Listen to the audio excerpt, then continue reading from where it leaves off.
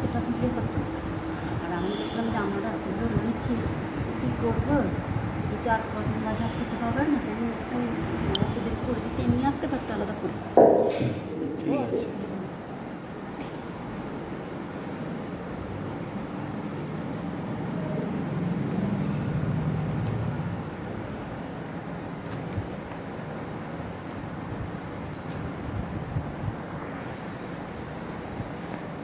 সাধ্বী স্ত্রী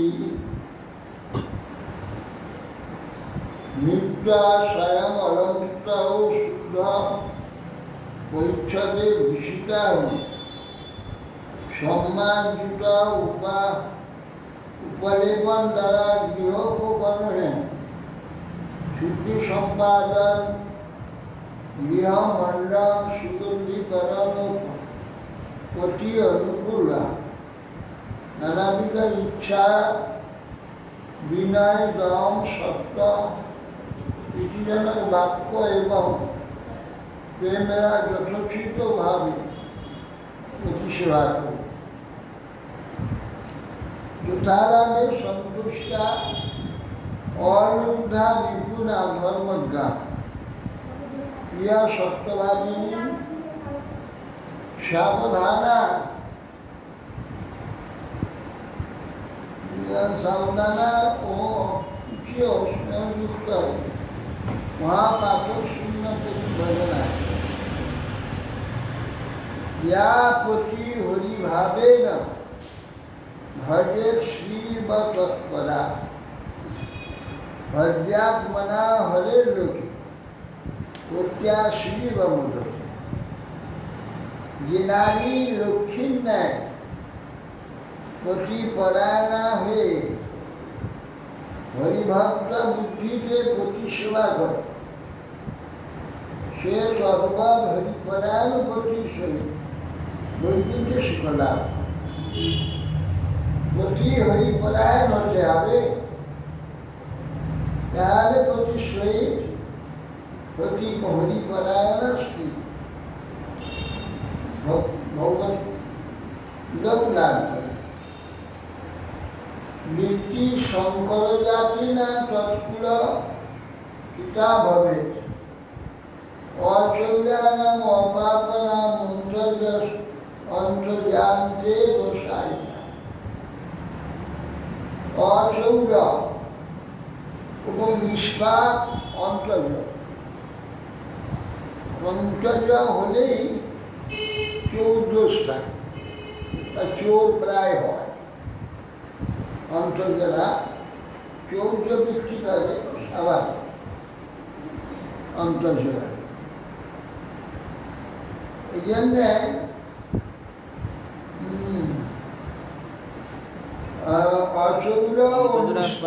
চৌর্যবৃত্তি স্বাভাবিক পাবে নাকি? হ্যাঁ স্বাভাবিক। কেন?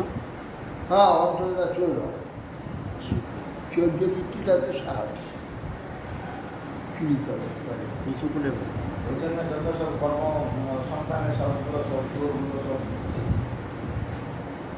এবং অন্ত্যবসায়ী চণ্ডাল প্রভৃতি স্ব কুল পরম্পরা প্রাপ্তবৃত্তি হয়ে যায়।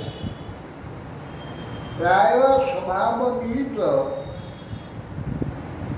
নিদান ধর্ম যুগে যুগে বেদদিগ্ভি স্মৃত রাজন প্রত্যাচিহত সঙ্গ হেরাজন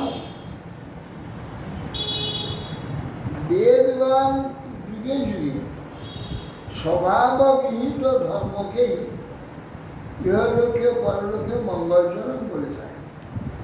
প্রত্যেকের স্বভাব অনুযায়ী তারা ধর্ম আচরণ করে। বিদ্যা স্বভাবকৃতয়া বর্তমান সকর্ম হিত্বা স্বভাবজং কর্ম শনৈ নির্গুণতা মিয়াত। স্বভাবকৃত বৃত্তির সহিত বর্তমান অধর্মচারী ধীরে ধীরে আপনার স্বভাব বজায় কর্ম পরিত্যাগ করব, নিষ্কাম প্রাপ্ত হয়ে থাকে। স্বভাবজ যেইগুলি জন্ম হয় এই কুলজ স্বভাব স্বাভাবিক থাকে, এটা পরিত্যাগ করে নিষ্কাম হয়ে ভগবত উপাসনা করে ওরা চলে যায়। উপ্যমানং মহু ক্ষেত্রম স্বয়ং নির্বীর্যতা নিয়া ন কল্পতে পুনঃ উক্তৈ সুক্তৈ উত্তম বিরঞ্চনস্য এবং কামা স্বয়ং চিত্ত কামানাম অতিশেবয়া বিরজ্যেত যথা রাগ অগ্নিবৎ কামবিন্দু। এ রাজন বারবার বিজ্ঞাপনে ক্ষেত্র যেমন নির্বীর্য হয়ে পুনরায় শস্যোৎপন্ন সমর্থ হয়, কদাচিৎ উক্তবি নষ্ট হয়। ঘৃতবিন্দুর দ্বারা অগ্নি নির্বাপিত না হয়ে কেবল বর্জিত হয়। সেই রকম সামর্থ্য রেখে যদি সেই ঘৃত প্রচুর ঘৃত ঢেলে দেয় যেন অগ্নি নিভে যায়। যারা যেমন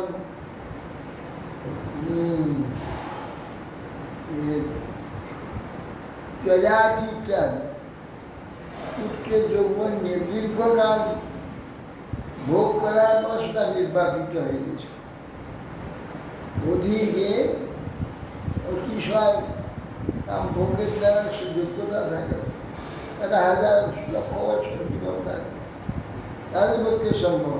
আর কলিযুগে যদি সেটা করে অল্প দিন পরে মরে যায়, নানা ব্যাধিতে একদম।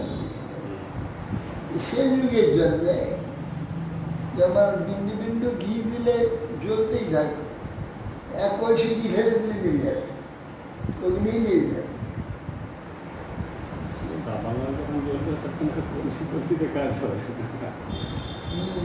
বিষয় জ্বালানো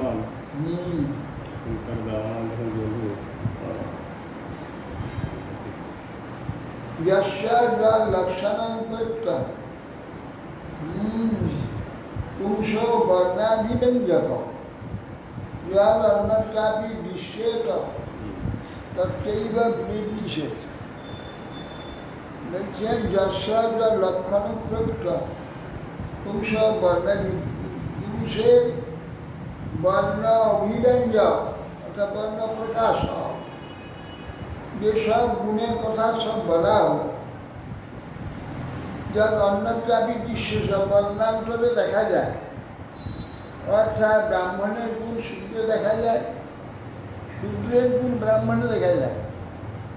ট্রেনেইব বিনির্দিষ্ট, তাকে সেই বলে নির্দেশ করে। অর্থাৎ সেই ব্রাহ্মণকে শূদ্র রূপে নির্দেশ করবে, সেই শূদ্রকে ব্রাহ্মণ রূপে নির্দেশ করবে।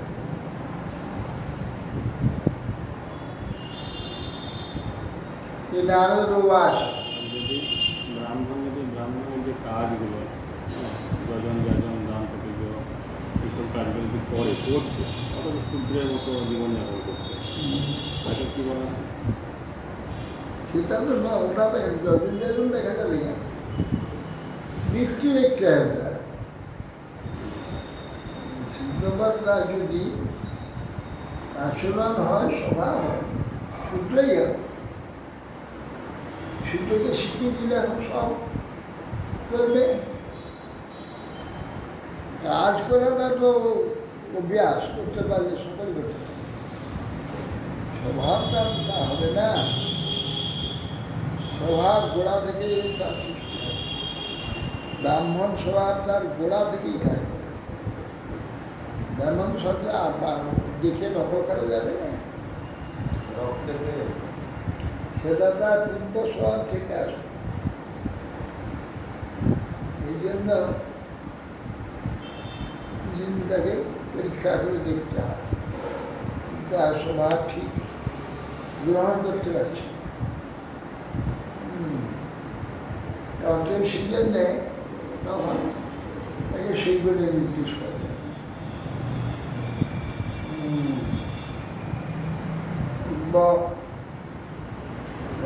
বলছেন যে জাতিরত্ব মহা মনুষ্যত্ব মহা জিজ্ঞাসা করছেন নৌশ মহারাজ যুধিষ্ঠির মহারাজ, জাতি কাকে বলে? তখন তিনি বললেন, জাতির অর্থ মহাশয় মনুষ্যত্ব নয়, মনুষ্যত্বটাই জাতি। শঙ্করা সর্ববর্ণনা দুষ্পরিস্থিতি নেই, সর্ববর্ণে সাংকর্য আছে, কেন জন্মটা গোপনে হয়, প্রকাশ্যে সকলের সামনে হয় না। কার উদ্দেশ্যে জন্ম হয়েছে এটা জানবে কি করে? গোপনে কার সঙ্গে, কোন পুরুষের সঙ্গে কোন স্ত্রী মিলেছে, এটা কিছু ধরা যাবে না। কিন্তু সেই ছেলেগুলি ঠিক সেই রকম স্বভাব দেখলে বুঝে যাবে যে এ তো ব্রাহ্মণের উদ্দেশ্য নয়, স্বভাব দেখে বুঝে যাবে। স্বভাব তার পিতৃ স্বভাব পাবে, যার উদ্দেশ্যে জন্ম হয়েছে ওর স্বভাব পাবে। অতএব সেই জন্যে জন্ম বুঝে যাবে যে এই স্বভাবে এই ব্যক্তি। এই জন্য সর্ববর্ণে সাংকর্য আছে, পরীক্ষা করা যায় না। সর্ববর্ণে স্ত্রী সর্ববর্ণে পুরুষের গর্ভাধান করে, অত খেয়ে বুঝবে কার উদ্দেশ্যে হয়েছে। কিন্তু স্বভাব দেখে বোঝা যাবে যে কীরকম।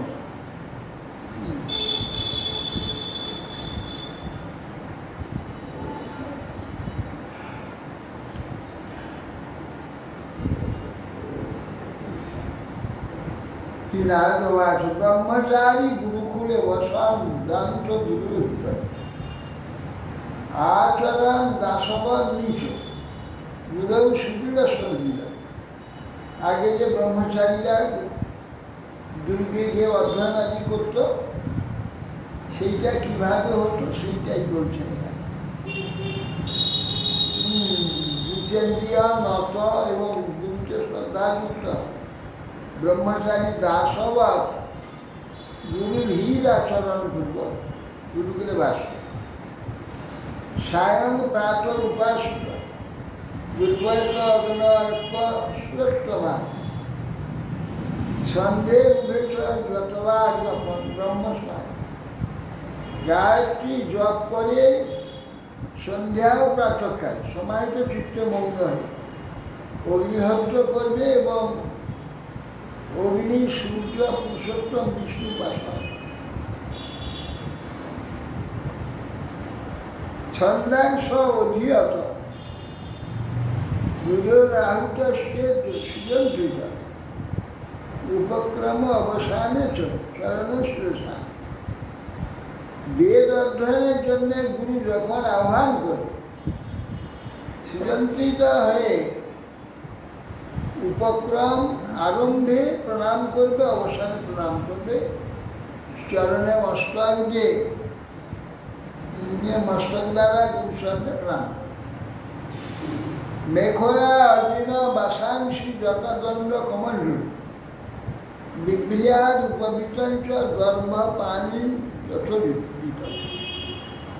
কুশস্ত হয়ে যথাবিহিত মেখলা মৃগচর্ম বসন জটা দণ্ড কমণ্ডল উপবিদ ধারণ করবে। সায়ং প্রাত স্তরে ভক্ষ গুরবে ত্বং নিবিড়য়তে ভুঞ্জিতা যদ্দনুজ্ঞাত নচে উপবাসিত করছে। সায়ংকালে প্রাতঃকালে ভিক্ষা করে ভিক্ষারত বস্তু গুরুকে সমর্পণ করে। আদেশ হলে খাবে, নদলে খাবে না। সুশীল মিতভূগ দক্ষ শ্রদ্ধাধান ও জিতেন্দ্রিয় যাবদর্থ ব্যবহারে স্ত্রী সুস্ত্রী নির্জিতেশ। বলছেন সুশীল মিতহারী অনলস দুর্বাক্য বিশ্বস্ত জিতেন্দ্রিয় হয় স্ত্রী ও স্ত্রৈগণের সহিত যাবৎ প্রয়োজন ব্যবহার করে, তার বেশি ব্যবহার করবে না। বজ্রের প্রমোদাগাথা গৃহস্থ বৃহদ্রত ইন্দ্রিয়াণি প্রমাথিনী হরঞ্চ আপনি জ্যোতির্ময়। অগৃহস্থ ব্রহ্মচারী স্ত্রীদিগের সহিত কথোপকথন পরিত্যাগ করবে, যেহেতু বলশালী ইন্দ্রিয়গণ সংযত চিত্ত জ্যোতিগণেরও মন হরণ করে। কেশ প্রসাধন মর্দন শ্রাপন অভ্যঞ্জনাদিকম গুরু স্ত্রীভি যুবতীভি কারেন নাত্মনো যুবা। গুরুগৃহে বাস করতে থাকে, সেই সময় গুরুপত্নী কিংবা অন্য কোনো স্ত্রীর দ্বারা ব্রহ্মচারী কেশ প্রসাধন কিংবা অঙ্গ প্রসাধন হিসাবে পুত্র বাৎসল্য বলছেন। যুবক ব্রহ্মচারী যুবতী গুরুপত্নীর দ্বারা কেশ প্রসাধন গাত্রমর্দন স্নান তৈল বৃক্ষণাদি কার্য করাবে না। নন্দিনী প্রমদা নাম ভীতকুম্ভ সমকুমার সুতামপি রহস্যাত অন্নদা যাবদর্থ কি। তা বলছেন যে অগ্নিস্বরূপ হচ্ছে স্ত্রী, ঘৃতকুম্ভ হচ্ছে পুরুষ। অতএব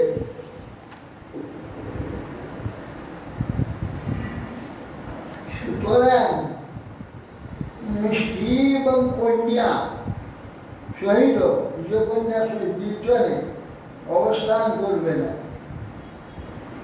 অনির্জন স্থানে অন্য সময়ে যাবৎ প্রয়োজন স্ত্রীর সঙ্গে কথাবার্তা বলবে না। কল্পয়িত্য আত্মনা যাবৎ আভাস মিদমীশ্বর দ্বৈতম তাবন্ন বিরমে তাকে হাস্য বিপর্য। যে পর্যন্ত না জীব স্বরূপ সাক্ষাৎকার দ্বারা দেহ ইন্দ্রিয়াদি আভাস মাত্র নিশ্চয় করে স্বতন্ত্র না হয়, যে পর্যন্ত আত্মসাক্ষাৎকার হবে তখন দেহ ইন্দ্রিয়াদি আভাস মাত্র থাকবে, তার কোনো কাজ থাকবে না। সেই তখন পর্যন্ত তাবৎ দ্বৈতবোধ আমি পুরুষ অন্য স্ত্রী এই প্রকার যে ভেদ বুদ্ধি বন্ধ হবে না। সুতরাং তার থেকে পুরুষে বুদ্ধি বিপর্য হয়ে যায়। অতএব সাবধান থাকে। এত সর্বং গৃহস্থ সমানতম যথের গুরুবৃত্তি বিকল্পে না গৃহস্থ অষ্টগামী না। এই সমস্ত কথিত যে সব ধর্ম গৃহস্থ এবং সন্ন্যাসী ব্যক্তির পালনীয়, কিন্তু গৃহস্থ ঋতুগামী স্ত্রীতে ঋতুগামী গুরুবৃত্তি বিকল্পেও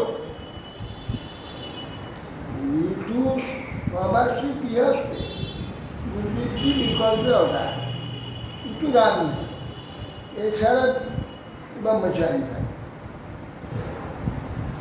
অঞ্জনা ভঞ্জনন মার্দন স্রাব অবলেখ আমিষণ মধু স্বগ্রন্থ লেপালঙ্কার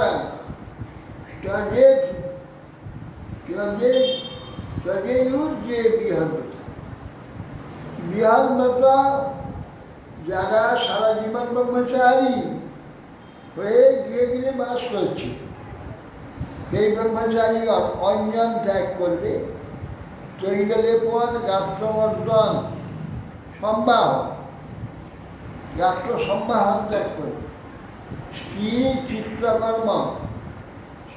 চিত্রকর্ম অর্থাৎ ছবি আঁকা, স্ত্রীলোকের ছবি আঁকা এইসব ত্যাগ করবে। আমিষ মদ্য মাল্য গন্ধ লেপন ও অলঙ্কার পরিত্যাগ করবে।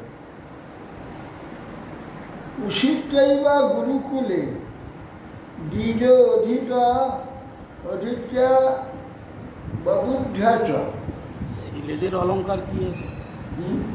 অলংকার যে নিষেধ করেছে, তো ছেলেদের কি অলংকার আছে? ছেলেরা অলঙ্কার পড়তো তাই তারা পরে কুণ্ডল পড়তো, আমি পড়েছেন এখনো পরে গলায় পড়তো, এখনো পরে গলায় হাত পরে, হাতে মালা পরে, কানে কুণ্ডল পরে। আর হয়তো গলায় হার পরে,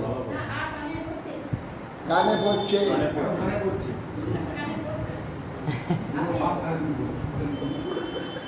হাতে আংটি পড়বে, হাতে আংটি থাকলে আবার বালা পড়ছে তো এখন, মালা পড়তে দেবে। এক হাতে বালা পড়ছে। এক হাতে বালা পরা তো একদিন বললেন না যে বালা পরতে পারে, বিধান আছে। নষ্টি ধর্ম থেকে আগে তো রাজারা তো গলায় হারাবে পড়তো, হাতে অনন্ত থাকতো, বালা থাকতো, আংটিয়াদি থাকতো, এসব তো থাকতো। কুণ্ড, কর্ণে কুণ্ড থাকতো। কৃষ্ণের কর্ণে কুণ্ড আছে না মকর কুণ্ড? আমাদের তুলসী মালাগুলোই হার বলে।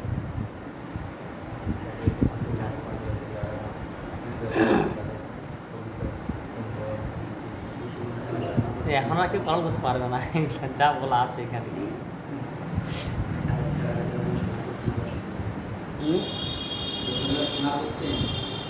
হ্যাঁ, সোনা আছে, রূপা আছে, উষিত্রা তামা নেই, লোহা নেই। এবং গুরুকুলে দ্বিজ অধীত্য অবুদ্ধচ তৈষাঙ্গ পরিষদম যাবদত্ত বেদামরা। দ্বিজ পূর্বত্তন অনুসারে গুরুকুলে বাস করে সরঙ্গ উপনিষদ সহিত বেদত্রয় যথাশক্তি অধিকার অনুসারে অধ্যয়ন করে বিচার করে সমর্থ হলে দত্ত্বা বরম অনুজ্ঞাত গুরু কামং যদীশ্বর গৃহং বরং বা প্রতিষেধ প্রব্রজেত তত্ত্বা বসে। যদি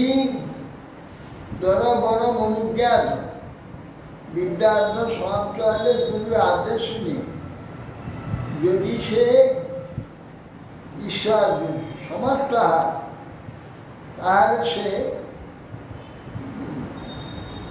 গুরু গৃহে বাস করতে পারে, না হয় গুরু আগে সমাবর্তন করে গৃহে গিয়ে বিবাহ করতে পারে, কিংবা ব্রহ্মচারী নৈষ্ঠী ব্রহ্মচারী মনে প্রবেশ করতে পারে, কিংবা সন্ন্যাসী হতে পারে, বা গুরুর গৃহেই বাস করতে পারে। অগ্নৌ দুরাব্য আত্মনি চ সর্বভূতেষু অধক্ষজন ভূতৈ স্বধাম ভিপস্যে অপ্রবিষ্ট প্রবিষ্ট। গুরু আত্মবান সকল আশ্রমেই অগ্নি গুরু আত্মাও আপনার আশ্রয় জীবনের সহিত সর্বভূতে নিয়ন্ত্রণ রূপে ভগবান অতীন্দ্রিয় বিষ্ণুকে প্রবিষ্টের ন্যায় দর্শন করুন।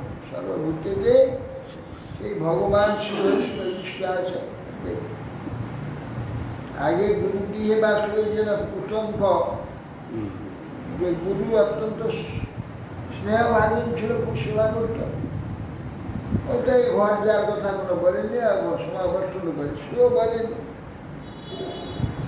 একদিন কাঠ আনতে গিয়ে মনেতে জলটা জড়ে গেছে, মজা ফেলেছে, জলটা ছিঁড়ে গিয়ে ওই চাকসে দেখিয়েছে সাদা হয়ে চুল পেকে গেছে। ওই চিৎকার কানতে গিয়ে আমি বৃদ্ধ হয়ে গেলাম, এখনো সংসারে গেলাম না, এখন সংসার করলাম না। হ্যাঁ, এই কানতে আরম্ভ করে। যারা ব্রহ্মচারী তো মুখ দেখা নিষেধ, আয়নায় কখন দেখেনি মুখটা, জলেও দেখেন। সেগুলো তো আগে চুল পেকে গেছে, সে দেখেইনি। আর দিকে চুল পেকে গেছে, তাহলে আমি বুড়ো হয়ে গেলাম, এখনো পর্যন্ত আমার সংসার হলো না। দাড়িগুলো তো বড় হয়েছিল, দাড়িগুলো তো দেখতে পাতো।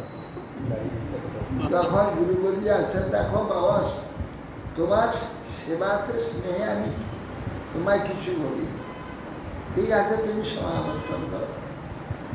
শেষকালে সমাবর্তন তো নিজের কন্যাকেই বিবাহ দিই।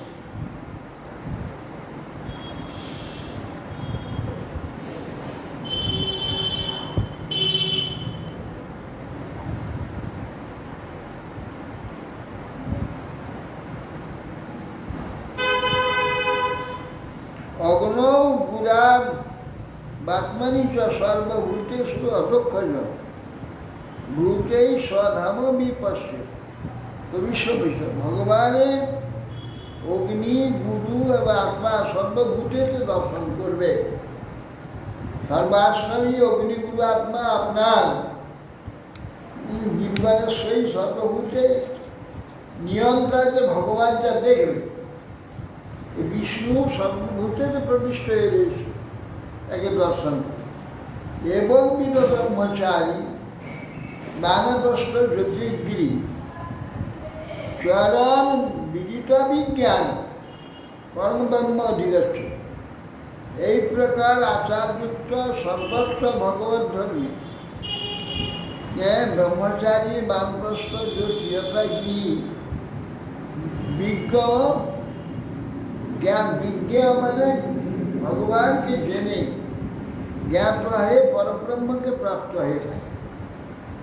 আর এই সবগুলির কারণ হচ্ছে পরব্রহ্ম প্রাপ্তি। যে বিধানে চিত্তকে শুদ্ধ করা যায়, উন্নত করা যায়, জ্ঞানবান করা যায়, সেই পদ্ধতি হচ্ছে গুরু গৃহে আশ্রয় ইত্যাদি।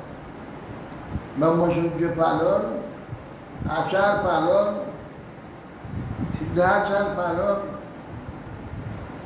এইগুলো কিছু লোকপ্রতিষ্ঠা এবং কিছু এখানে সম্পদ সম্মান, এগুলো কোনো ব্যাপার নেই।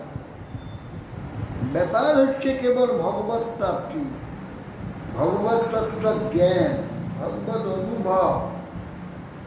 এগুলো শুদ্ধ চিত্ত শুদ্ধ না হওয়া পর্যন্ত কখনো হবে না। চিত্ত শুদ্ধ হতে গেলে সংযম হতে হবে। এই যে ব্রহ্মচারী শব্দটা, ব্রহ্মং চলতি ইতি ব্রহ্মচারী, কেবল সংযম পালনটা ব্রহ্মচারী না। তো যা পশু পক্ষীর মধ্যেও সংযম পালন করে না, তারা ব্রহ্মচারী নাকি? ব্রহ্মচারী নাই। ব্রহ্মচারী ব্রহ্মকে বিচরণ করতে হবে, তা ভগবত অনুসরণ করতে হবে। ভগবত অনুসরণ করতে গেলে সংযম না হলে ভগবত অনুসরণ হবে। মনটা ইন্দ্রিয়ে পড়ে থাকে, ইন্দ্রিয়ে দুর্বলতা যদি থাকে, মনটা ইন্দ্রিয়ে থাকে। বাইরে সন্ন্যাসী ব্রহ্মচারী সাজিলে কি হবে? চিত্তটা তো ভগবানে থাকতে হবে। নিরন্তর ভগবত মিশ্রণ, সর্বদা ভগবত নাম স্মরণ, ভগবত ভজন, এটা সর্বদা চলতে থাকে। কিন্তু স্ত্রীতেও চিত্ত থাকে, বিশেষ করে অবৈধ মনটা এখানে পড়ে থাকে, কিছুতে মনকে নিয়ে আসতে পারবে। সেই জন্যে ব্রহ্মচারী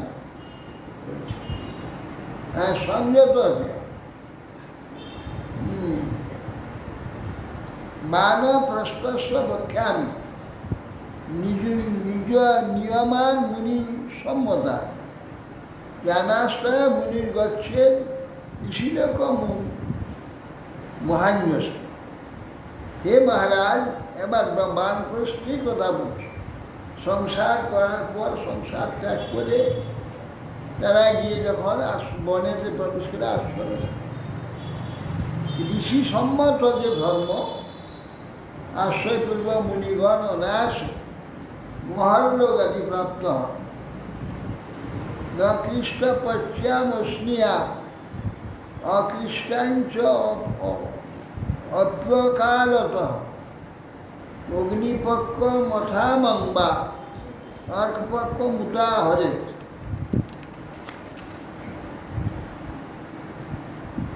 কর্ষোৎপন্ন পক্ষ বা অকর্ষোৎপন্ন যে পক্ষ, অথবা অকাল পক্ষ, অগ্নিপক্ষ, অপক্ষ ফলাদি ভোজন করবে না। বর্ষপূর্ণ পক্ষ যে চাষ করে যে ধান উৎপন্ন হয়েছে তাতে যে পাক করা অন্য গ্রহণ করবে না। অকর্ষণ উৎপন্ন পক্ষ অথবা অকাল পক্ষ গ্রহণ করবে। অগ্নিপক্ষ, অপক্ষ ফলাদি ভোজন করবে না। বনেশ চরু পুরোরসা নির্বাপের কালুসরিতা লব্ধে নবে নবে অন্যাদি পুরাণাঞ্চ বৈদ্যে।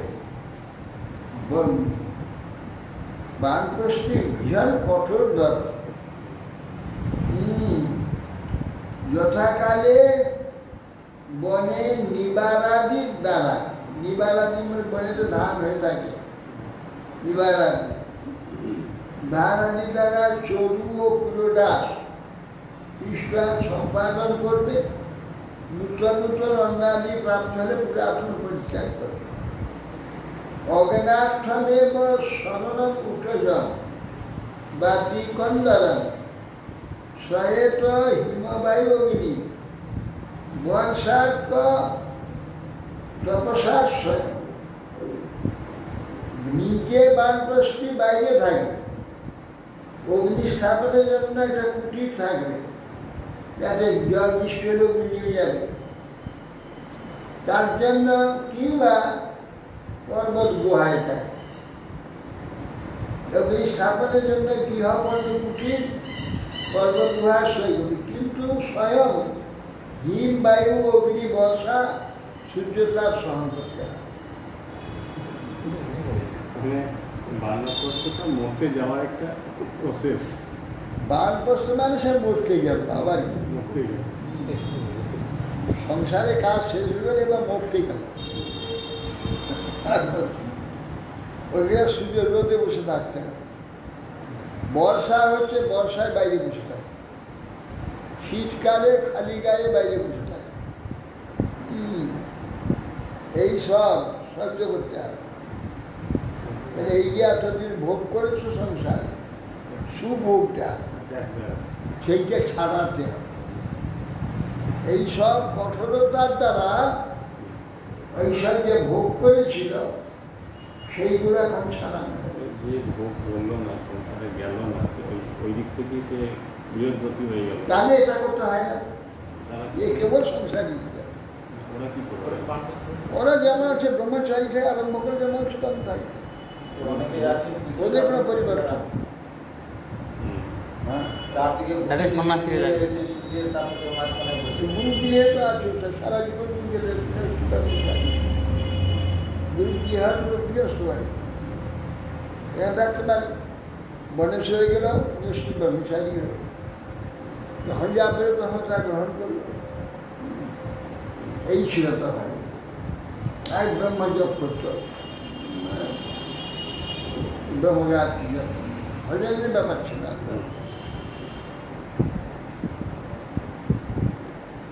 কেশ রোম নখস্মস বলানি জটিল দধাত কমণ্ডলু অর্জুন দণ্ডবল্কা অগ্নি পরিচ্ছদা। কেশ রোম নখ জটাধারী হতে হবে। কেশ রোম আর দাড়ি এসব থাকবে, এসব কাজ হবে না। শরীরে মলিনতা ত্যাগ করবে না, ময়লাও তুলবে না। কমান্ডলু মৃগসন্মা দণ্ড বলকল, হ্যাঁ এইসব করবে। কিংবা অগ্নিবর্ণ পরিচ্ছদ ধারণ করবে, এইটা অগ্নিতে সব পূর্বটা পুড়ে দেওয়া হয়েছে, তার চিহ্ন স্বরূপ এই বেশটা অগ্নিবেশ। এটা পূর্ব যে আমার পূর্বাশ্রমে যা ছিল সেটা পুড়িয়ে দেওয়া আছে। কেশ রোম নখস্মশ্রু মলানি জটিলানি দদত কমণ্ডল অধীনে দণ্ড বলকলা অগ্নি পরিচ্ছদা।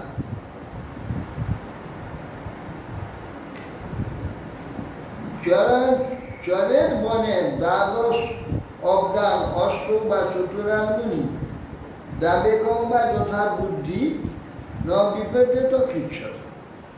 এই যে কৃচ্ছের কথা বললেন, বাইরে রোদে বসে থাকা, ঠান্ডা শীতে বসে থাকা, আর সারা বর্ষা জলে ভিজা, মানে এইগুলি আচরণ 12 বছর পর্যন্ত করবে, না পারলে 8 বছর করবে, 4 বছর করবে, না 2 বছর করবে, কিংবা 1 বছরও করবে। তারপর ক্লেশ যাহাতে বুদ্ধি বিনষ্ট না হয়, হ্যাঁ, ভজনে ঈশ্বর চিন্তাতে বুদ্ধি বিনষ্ট না হয়, তদ্বাস না পারলে আর করতে হবে না। যেমন স্বাভাবিক জীবন ধারণ করে ঈশ্বর আরাধনা। যাবৎ কল্প সক্রিয়ায়াম ব্যাধিভীর জড়য়া অথবা আন্নি খাক্যান বা বিদ্যয়া দুর্যাগ অনশনাদ, এবং পরিষ্কার ব্যবস্থাও দিয়ে দিলেন। যে সময় ব্যাধি দ্বারা আক্রান্ত হয়ে গেছে, তার প্রারব্ধ আছে, তো গৃহস্থ লোক ব্যাধি হতে পারে, ব্যাধি দ্বারা আক্রান্ত কিংবা জরাগ্রস্ত হয়েছে, চলতে পারে না, একবারে বৃদ্ধ হয়ে গেছে, কিছু করতে পারে না, সে কার্য, নিজের শরীরের কার্য বা জ্ঞানাভ্যাস কার্যে অসমর্থ হয়েছে, তখন অনশন আচরণ করবে। অনশনে একবারে জল অন্যাদি ত্যাগ করে দেয়, দেহ ছেড়ে দেয়, অনশন করে দেহ চলে যাবে ব্যবস্থা। আত্মান লগ্নীন সমারোপ সন্ন্যাসস্যা অহং মমাত্মতাম কারণেষু নশ্বের সংঘাতন যথার্থ। আত্মাতে অগ্নি আরোপ সমাপন করে দেহাদির মমতা পরিত্যাগ করে দেহকে যথাযোগ্য স্বীয় কার্যনে অর্থাৎ আকাশেতে বিলীন করে দেবে। খে খানি বায়ু নিঃশ্বাসন তেজ সুষ্মান আত্মবান অপশ্রী কৃষ্ণা প্রিয়ানি শীতল শেষক যত। বিমান ব্যক্তির উৎপত্তি অনুসার দেহগত ছিদ্র সকলকে আকাশে, নিঃশ্বাস বায়ুতে, উষ্মা তেজেতে, শুক্র শনিতে, শনির শ্লেষা দিয়েছে জলে অবস্থিত অসাদিকে পৃথিবীতে বিলীন করে, আর অস্থি আদি পৃথিবীকে বিলীন করে, অর্থাৎ পঞ্চভূতে 5টাকে বিলীন করে। এটা দেহের প্রতি যে আমার একটা দেহ ছিল, দেহের ভাবটা পরিষ্কার। বাচম অগ্নি সবক্তব্যম নিম্নে শিল্পং করাবত পদানি গত্যা বয়সী রক্তপষ্টং প্রজাপত নীতৌ পয়ং পায়ুং বিসর্গঞ্চ যথাস্থানং বিনির্দিশ দিক্ষু সত্যং সনাদেন স্পর্শেনাধ্যাত্মনি ত্বচম রূপানি চক্ষুষারাজ জ্যোতিষ অভিনিবেশয় অভি প্রচেতসাং জীব ঘ্রেয়ী ঘ্রাণ অঙ্কিত উন্নতি। তারপরে বাক্যের সহিত বাঘ ইন্দ্রিয়কে অগ্নি থেকে বাক্যের উৎপত্তি হয়। অগ্নিতে শিল্প সহ হস্তদ্বয়কে ইন্দ্রেতে, আর গতির সহিত পদদ্বয় বিষ্ণুতে, লতির সহিত উপস্থকে প্রজাপতিতে লয় করে দেয়। এখানে রেগুপাতের কথা বলা নেই, বিসর্গের সহিত পায়ুকে যথাস্থানে বিন্যাস করে। শব্দের সহিত কর্ণকে, দিক সকলকে, স্পর্শের সহিত ত্বগ ইন্দ্রিয়কে বায়ুতে বিলীন করে দেবে, চক্ষুর সহিত রূপকে তেজেতে, বরুণের সহিত জুহাকে জলের সঙ্গে, অশ্বিকুমার দ্বয়কে ঘ্রাণ ভূমিতে বিলীন করে দেবে। এসব এইখান থেকে এসেছে ওইখানে চলে যাবে। মনোরথ চন্দ্রে বুদ্ধি বুদ্ধ করৌ করে, কর্মণ্যা ধাত্মনা রুদ্রে যদহ মমতা ক্রিয়া, সত্যেন চিত্তং ক্ষেত্রজ্ঞ বৈনে বৈকারিকং পরে। বলছেন অপসু ক্ষিতি মকর জ্যোতিষ সদা বায়ু নভোমস্তম কুটস্থে তচ্চমহতি যদভক্ত খরে চত। এই প্রকার অভিলাষের সহিত মনকে চন্দ্রেতে বিলীন করে দেবে, বৌদ্ধ বিশেষ এই বুদ্ধিকে পরব্রহ্মেতে, অহম মমতা ক্রিয়া নির্বাহ অহংকারের সহিত কর্মকে রুদ্রেতে, চেতনার সহিত চিত্তকে ক্ষেত্রজ্ঞে, গুণ অভিমানী দেবগণের সহিত বিকার প্রাপ্ত ক্ষেত্রজ্ঞকে নির্বিকার পরব্রহ্মে, পৃথিবীকে জলে, জলকে তেজে, তেজকে বায়ুতে, বায়ু আকাশে, আকাশকে কূটস্থ অহং তত্ত্বে, অহং তত্ত্বকে মহাতত্ত্বে, মহাতত্ত্বকে প্রধানে, প্রধানকে পরমাত্মাতে লয়।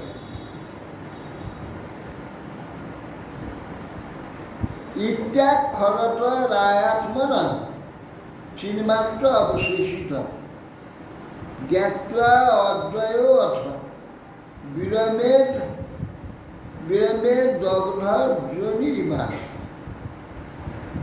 এইভাবে সকল উপাধিগুলো যা আছে লয় হয়ে গেল, অবশিষ্ট একমাত্র চিন্মাত্র থাকে, চেতন আত্মা থাকে, আর কিছু নেই। অক্ষর স্বরূপে নিজেকে অক্ষর স্বরূপ জান, অবগত হবে। দ্বৈত রহিত হয়ে দগ্ধ কাষ্ঠ অগ্নিন্যে, কাষ্ঠ পুড়িয়ে গেলে যেমন আগুনটা লাল হয়ে থাকে, শিখা নেই, ধূমও নেই, ধূম শিখা রহিত অগ্নির নেই, আত্মাকে নেই।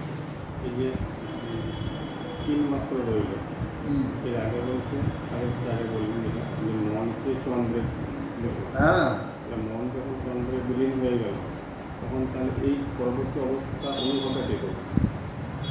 তখন তার ঈশ্বর প্রাপ্তি হয়নি না, ঈশ্বর তো নেই, সে তো আত্মা হয়ে গেছে, তো চেতন হয়ে গেল, ব্রহ্ম হয়ে গেল, ব্রহ্মভাব প্রাপ্ত আত্মা চেতন।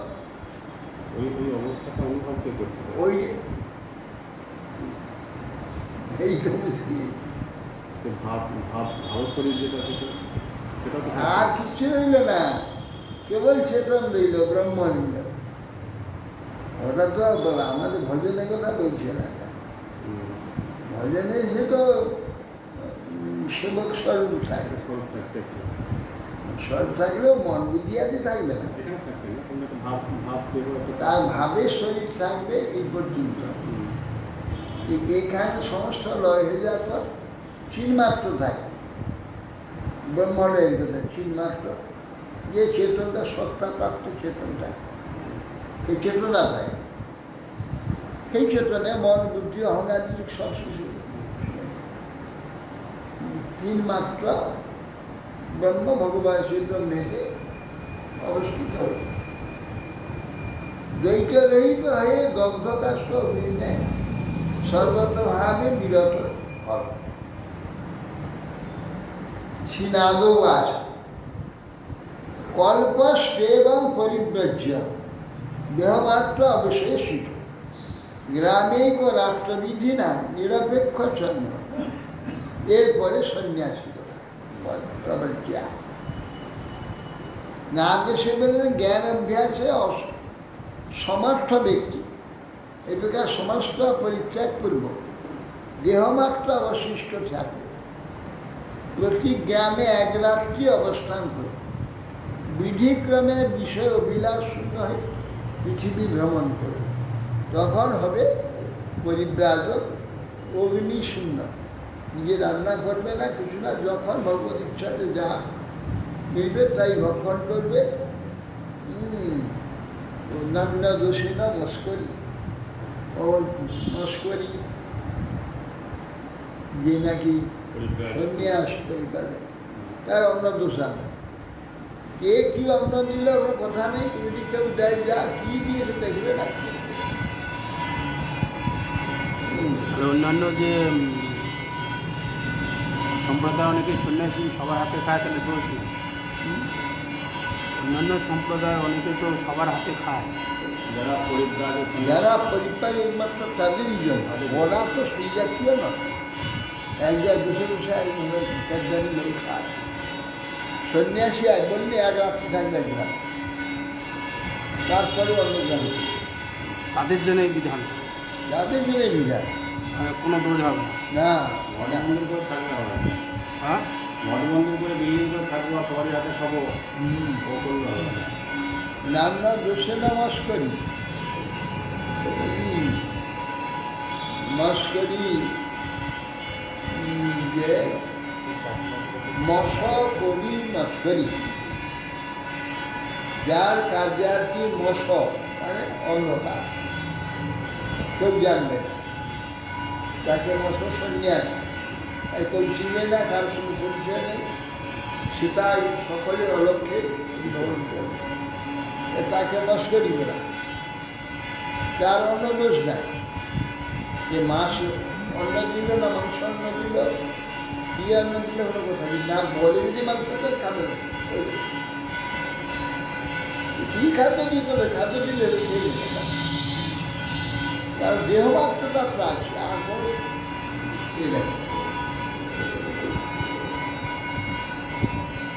সব রকমই ব্যবস্থা হবে, ঠিক নেই।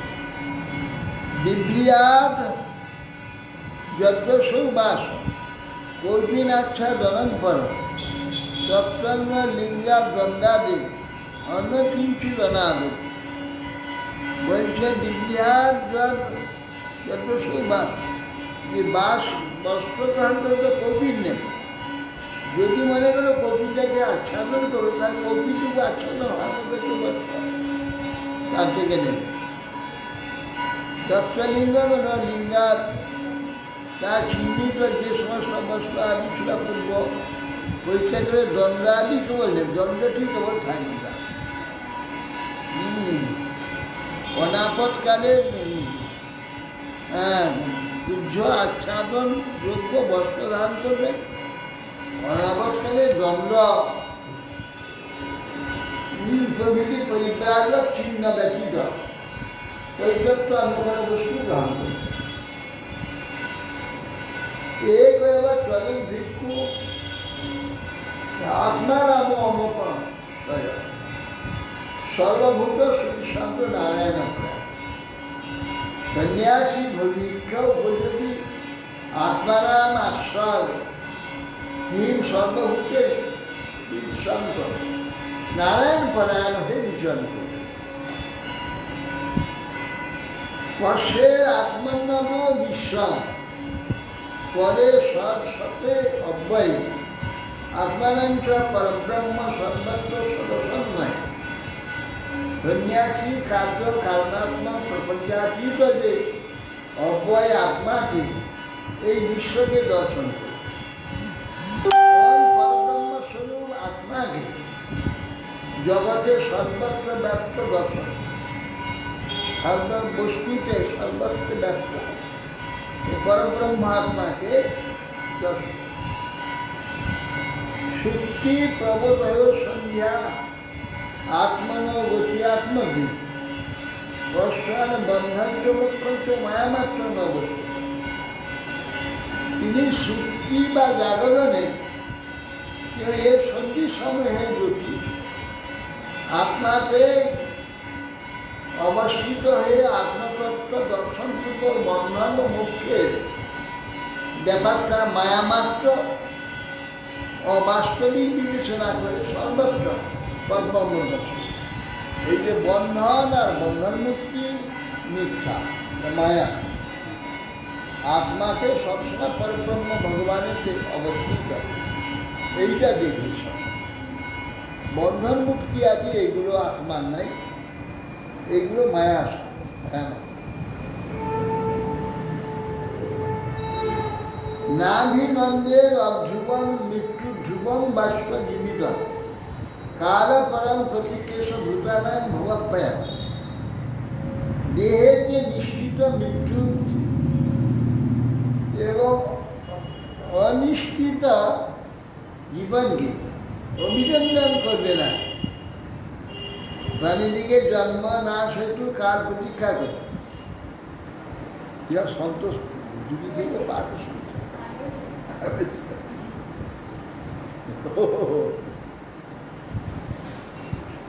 নাভি নিন্দে অধ্রুবং মৃত্যু ধ্রুবং বা জীবিত কালং পরম প্রতীক্ষিত ভূতানাম প্রভুবাপ্যায়। দেহের মৃত্যু অবশ্য এটা নিশ্চিত নেই, অনিশ্চিত জীবকে অভিনন্দিত করবেন। প্রত্যেক দেহের অবশ্য মৃত্যু আছে, প্রত্যেকের কোন সময় মৃত্যু হয়ে যাবে এদেরও অভিনন্দন করবার কোনো কিছু নেই। এবং প্রাণী পাপী দিয়ে জন্ম না সেতু কাল প্রতীক্ষা এ বিশ্ব বা প্রাণীদিগের জন্ম মৃত্যু না সেতু কাল প্রতীক্ষা করে। অনুযায়ী যারা এরকম পরিব্রাজক সাধু মহারাজ ব্রহ্মচারী ঘুরে বেড়াচ্ছে, দেহ রাখার পর যদি তার সদ্গতি ঠিক মতন না হয়, বলা আছে না যে সৎকারের কোনো প্রয়োজন অপেক্ষা নেই, সে তো দেহকে আগে তো ছেড়ে দিয়েছে। বলা আছে না যে যেরকম সৎ কাজ করা হবে সেরকম তার গতি হবে। সব বাসি গোটাটা তো সে নিজের আগে শুনলে না, আকাশে আকাশ দিয়ে দিল, বাড়িতে হয়তো সব দিয়ে দিয়েছিল। এই জন্য এদের কোনো অসুবিধা নেই। শরীরটা কিছু চিন্তা নেই, শরীরের সৎকারের অপেক্ষা যারা মুক্ত হয়ে চলে যাবে, যারা ভগবত প্রাপ্তি হবে, সৎকারের কোনো অপেক্ষা নেই। সৎকার হলো বা না হলো সে তো ভগবত ধাম চলে যাবে। আর যারা এইখানে এই জগতের গতিপ্রাপ্ত তাদের সৎকারের অপেক্ষা আছে। তারপরে সে তো পরিব্রাজকে ঘুরে বেড়াচ্ছে, কোথায় মঙ্গলে কোথায় গিয়ে বেড়াচ্ছে জানা যেখানে মরে যাবে সেখানে কোথায় কে কুকুর খাবে না জানে না গিয়েছে, ওই জন্য তার কোনো অপেক্ষা নেই, সে তো মুক্ত হয়ে গেছে। মুক্ত ব্যক্তির কাছে এসব পৌঁছাবে। তাহলে এইখানে দেখতে শরীরটা এই প্রকার গতি হয়ে গেল।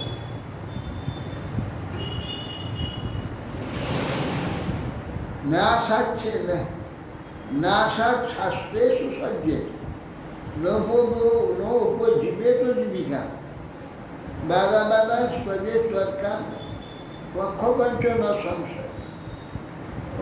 অনাত্ম শাস্ত্রে আসক্ত হবে না এবং শাস্ত্রের দ্বারা জীবিকা সম্পাদন করবে না। আর সর্বাধি নিষ্ঠ তর্ক পরিত্যাগ করবে। জলপাদি কটুক কথা বলা, নানাবিধ কথা বলা, তর্ক আদি জলপাদি জলপাদি তর্ক পরিত্যাগ করবে।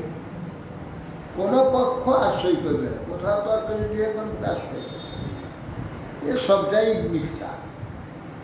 ও যে ঠিক বলছে সেটাও বেঠিক, যে বেঠিক বলছে সেটাও বেঠিক, কোনোটা ঠিক নয়। একমাত্র আত্মা ছাড়া, ভগবান ছাড়া এখানে যা কিছু সবই বেঠিক, কোনোটাই ঠিক নয়। সব মনোভাব, এই ভালো এই মন্দ এই সব। এই জন্য এই তর্কে একজন যুক্তি দেখিয়ে ঠিক দাঁড় করালো, একজন যুক্তি দেখিয়ে খণ্ডন করলো, এইগুলো সবই একই ব্যাপার।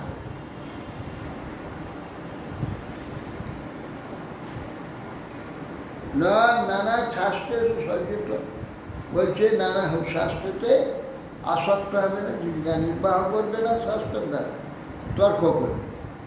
ন শিষ্যান অনুবোধনীত গ্রন্থা নৈবা ভসেদ বহু ন ব্যাখ্যা উপযোজিত নারম্ভা নাচরেত করছি। এই পরিব্রাজের কথা এখানে বলছি। পরিব্রাজ তিনি বহু শিষ্য করবে না, রাস্তা চলতে চলতে কেউ যদি তার শিষ্য হতে যায়, ঈশ্বরে আরাধনা করতে যায়, তাকে শিক্ষার জন্য মাধবেন্দ্র পুরিয়া শিষ্য করে দিয়ে চলে গেলেন, আর জীবনে আসেনি করে চলে গেলেন। এইরকম বহু শিষ্য আদি করবে না, বহু গ্রন্থ অভ্যাস করবে না। এটা তো সেই না কি বলে, আমরা বলছি না তাকে গুরু করবে না, কি পরিচয় নেই, এটা কী বলে, কী বললেন পরিচয়হীন ব্যক্তিদের কী বলে যে পরিচয়হীন ব্যক্তিদের কী বলে না, বললেন এটাকে গুরু করতে নেই। না, যেটা পরিব্রাজ সন্ন্যাস যে আসছেন তাকে চেনে না হলে তার কাছে দীক্ষা নিতে পারে। সে একদিন মাত্র এসেছে, তা দীক্ষা নিয়ে সে চলে যাবে। পরিব্রাজের কাছে দীক্ষা নিতে পারে। সে তো একদিনে দীক্ষা নিয়ে গেলে তা তো এই গুরু পরম্পরা সে তো জানবেই না। না না, এইরকম হয় না, কঠিন হয়। বেশিরভাগ পরিচিত গুরুকে দীক্ষা হয়। এই মাধবেন্দ্র পুরী যে মেয়েরা হয়েছিল, এটা বিরল ব্যাপার, এটা নিয়ম। এখানে বলছে শিষ্যা প্রলোভন দ্বারা বহু শিষ্য সংগ্রহ করবে না, বহু শাস্ত্র অভ্যাস করবে না, অর্থাৎ শাস্ত্রের যে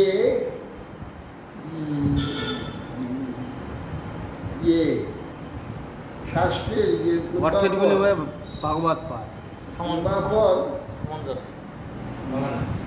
কি বলে সামঞ্জস্য। পূর্বাপর সামঞ্জস্য রক্ষা করতে পারবে না। এই যে বহু শাস্ত্র অধ্যয়ন করে শেষকালে নাস্তিক হয়ে যাবে। সেই জন্যে যেটুকু তার যোগ্যতা অনুযায়ী ভক্তিশাস্ত্র ভজন করে ভক্তিশাস্ত্রই করবে, তাতে তার ভক্তির উন্নতি। যদি সে যোগশাস্ত্র পড়ে, জ্ঞানশাস্ত্র পড়ে, বুদ্ধি বিক্ষেপ হয়ে যাবে, একে শ্রদ্ধা থাকবে না, ঈশ্বর থাকবে। এই জন্য গ্রন্থ ব্যাখ্যা উপজীবিকা করবে না, মঠ মন্দির আদি নির্মাণ করবে না। অর্থাৎ না আরভেদ করছে।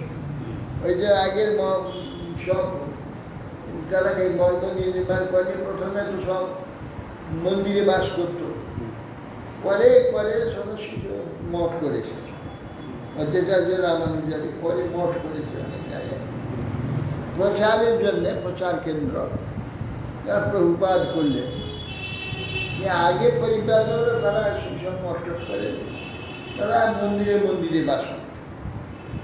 এখন রামানুজাচার্য যে মঠগুলো রয়েছে বা মধ্যাচার্য যে সমস্ত মঠগুলো আছে, সেখানে কি সব সন্ন্যাসীরাই কেবলমাত্র থাকে না গৃহস্থ সন্ন্যাসী? না, সন্ন্যাসীরা থাকে।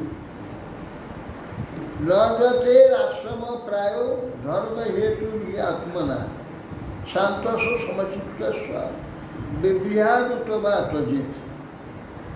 বলছে মহাত্মা শান্ত সমচিত্ত জ্যোতি ব্যক্তি আশ্রম আচার প্রায়ই ধর্মার্থ হয়, অতএব আশ্রম চিহ্নাদি ধারণ বর্জন করবে। মানে আশ্রম চিহ্নাদি তার কোনো প্রয়োজন নেই, শুধু আত্মচিন্তা করবে, আত্মার অনুশীলন করবে। আশ্রমে চিহ্ন আদি দরকার নেই, থাকলে কি আর না থাকলে রাখতে পারে, না রাখতে পারে, কোনো অসুবিধা নেই। অব্যক্ত লিঙ্গ ব্যক্তার্থে মনীষুর উন্মত্ত বালবৎ কবির মুখবদ আত্মানো নদৃষ্টা দর্শন নিনা।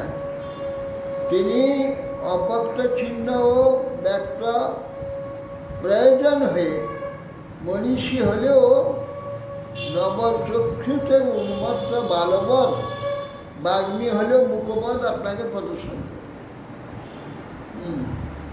তিনি এইসব জাগতিক এইসব যেসব ব্যক্ত চিহ্নগুলো ধারণ করতে পারে, না ধারণ করতে পারে। এবং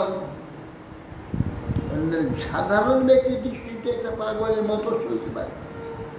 বাগ্মী হয়, চুপচাপ থাকবে, আর কথা বলবে না, এরকম প্রদর্শন যিনি করেন তিনি হচ্ছে অবধূত। যার অবধূত হওয়ার সময় হয়ে যাবে, তো তখন আর লোকের সঙ্গে কথা বলে উপদেশ দিয়ে তার আর কোনো প্রয়োজন বোধ নাই, সে তখন এই কাজ করে। হরে কৃষ্ণ।